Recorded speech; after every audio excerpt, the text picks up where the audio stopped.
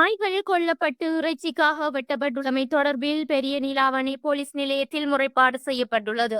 இன்று குறித்த முறைப்பாட்டினை கல்முனை மாநகர சபை முன்னாள் உறுப்பினர் மேற்கொண்டுள்ளதுடன் நாய்கள் வெட்டப்பட்டு ஆட்டு இறைச்சியுடன் கலப்பதற்காக கொல்லப்பட்டிருக்கலாம் என்ற சந்தேகம் எழுந்துள்ளதாக அம்முறைப்பாட்டில் குறிப்பிடப்பட்டுள்ளது.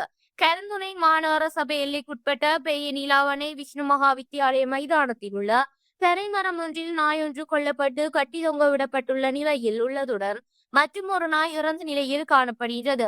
இன்றைய தினம் புதுவருட பிறப்பை முன்னிட்டு ஏனைய இறைச்சி வகைகளுடன் கலப்பதற்காக இந்த நாய்கள் கொல்லப்பட்டு இருக்கலாம் என்று மக்கள் சந்தேகம் தெரிவிக்கின்றனர். மேலும் ரெஜிபோம் பெட்டிகள் உட்பட சந்தேகத்திற்கிடமான பொருட்களும் காணப்படுகின்றது.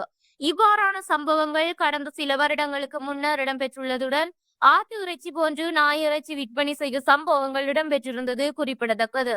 இந்நிலையில் சம்பவம் தொடர்பாக பெரிய நீலாவணை போலீஸ் நிலைய பொறுப்பதிகாரி தலைமையில் விசாரணை மேற்கொள்ளப்பட்டுள்ளது என எமது செய்தியாளர் ஃபாரூக் ஷிஹான் தெரிவித்தார்.